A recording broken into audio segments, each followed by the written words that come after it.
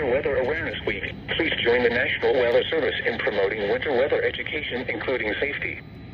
The topic for today is winter floods. Coastal storms can produce heavy rain and high winds that can last more than 12 hours.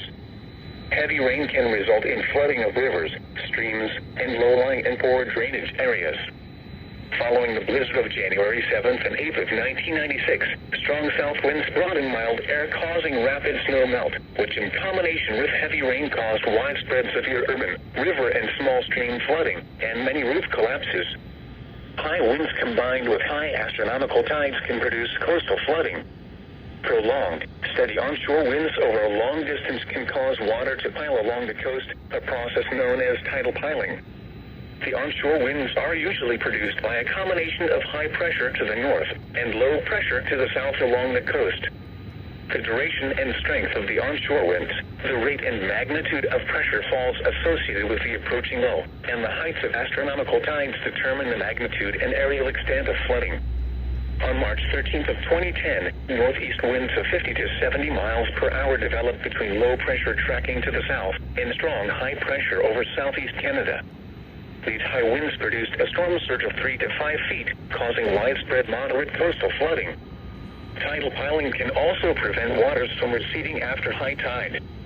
This water will still be along the coast for the next high tide, making tidal flooding worse with each passing high tide.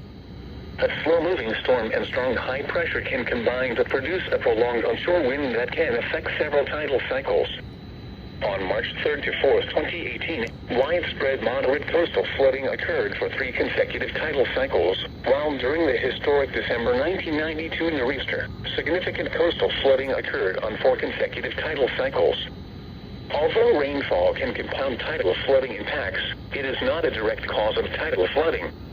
During the Halloween nor'easter of 1991, widespread significant tidal flooding occurred under partly sunny skies. Another winter problem for locations north and west of New York City is flooding caused by ice jams in rivers.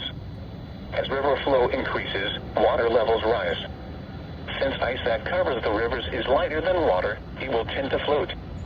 Under the pressure of river currents, this floating ice can then break up and move downstream until it runs into an obstruction such as a bend, island, or wide shallow area.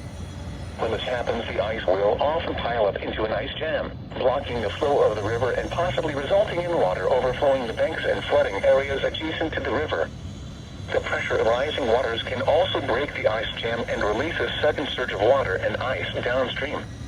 While ice jams are not unusual, it is nearly impossible to predict exactly when or where a jam will form, or if and when one will break.